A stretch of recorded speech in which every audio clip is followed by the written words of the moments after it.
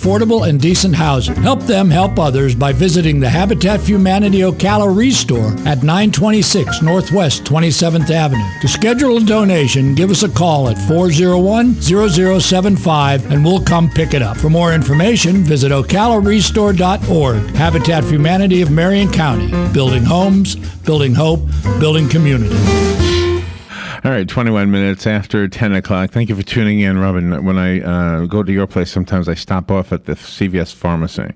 Not to give them a free plug, but it's usually where I go to get my new thing is club soda. It's on my corner. I know, but my new thing is club soda, you know. Yes. And I think it's healthier, but I still like that soda, that fizz thing. So. Yeah. So anyway, there's a sign on the outside that says, get your vaccines here. And I always think, every year I see these signs. And I always think, that's just for old people. Yeah. Well, every year I get a little bit older. So I don't know if I should start doing this or not. Dr. William Schaffner is on the phone. He'll probably tell me I need to do this. I shouldn't have said that. I should have pretended I know or that I already do this.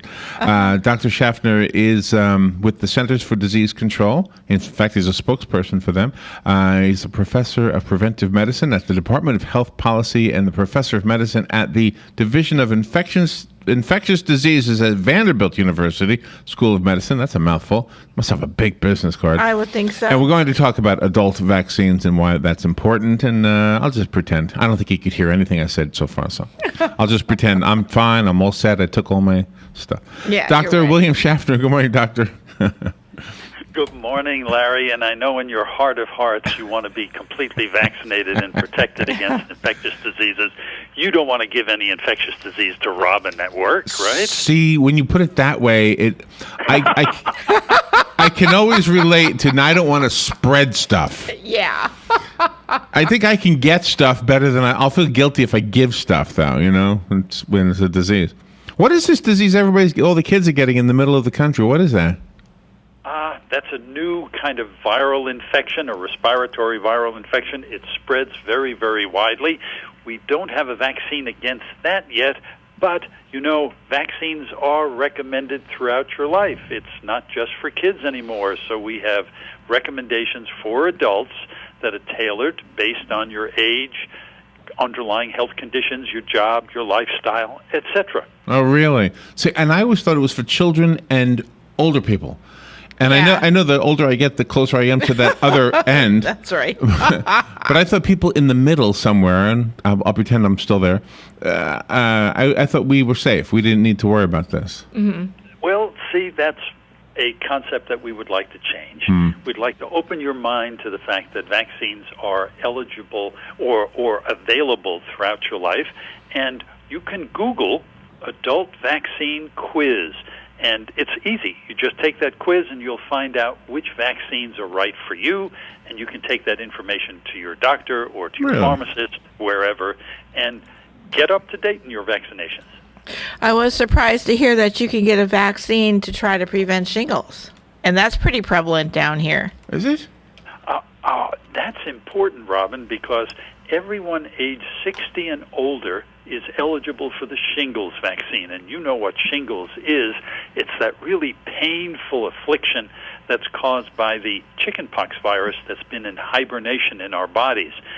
And those pains can continue for months afterwards, altering your life, something you would like to avoid and prevent. During the course of our life, a third of us, 1 out of every 3, is going to suffer shingles. Get the shingles shot if you're over age 60. That's next week, Robin. I know. For you. It's coming up. Robin turned 60 on Thursday. So Friday, you need to get... Really? So, oh my goodness. So is it something you get every year? No, it's a once and done at the moment. If that changes, you'll hear about it from your doctor. But that's something that's very easy to do. Oh, go ahead. Go ahead. No, go ahead, Robin. Is a pneumococcal disease an offshoot of pneumonia, or is it something else?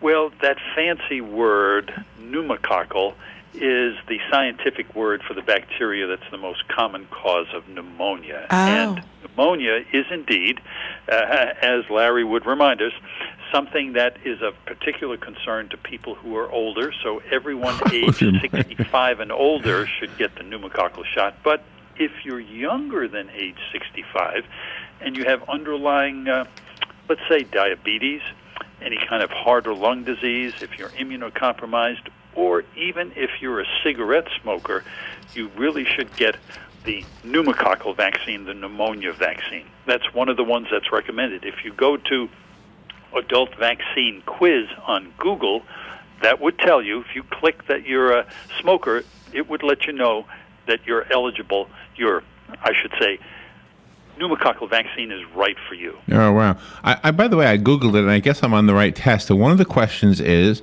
do you work with patients in a nursing home? And Robin and I don't work with them, but we volunteer. We play music there every now and then. Mm-hmm. Are we? Should I say yes to that one? I would say yes to that one because you interact pretty closely with those folks. So that it's going to tell you, among other things, that you should definitely get your influenza vaccine. Get some. So again, going back to not wanting to give a disease to somebody. I guess I'm under the mindset that if I get it, I can handle it. Yeah. But I don't want to give it to somebody.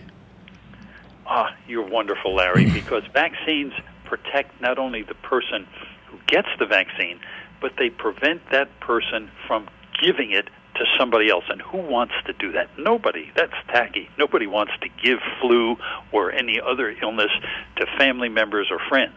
You've got a great speaking voice. Yes. Do you do like the audio things for the CDC? I'm just a doctor trying to help out and let everybody know about vaccines. So did I go to the right one? It's www.cdc.gov, and then it gives the rest of it that's the right test, right? Right. Okay. Yeah, sure. If you go to the CDC website, that's cdc.gov/vaccines/adults. Okay. Or you could just Google adult vaccine quiz. Can a person go to the community health center to get these vaccines, or do they need to go to their doctor? No. Community health centers, pharmacists, doctors. There are some workplaces where they have occupational health programs that provide vaccines. So there are a number of places. The local public health department offers some vaccines. So there are a number of places that adults can go to get their immunizations. Are they shots or the pill? What are they? They're almost all shots. Okay. If you're shot averse and you're between the age of 2 and 50 and you're otherwise healthy, you can get the nasal spray flu vaccine. That's an alternative. Oh. Over 50, can't do it.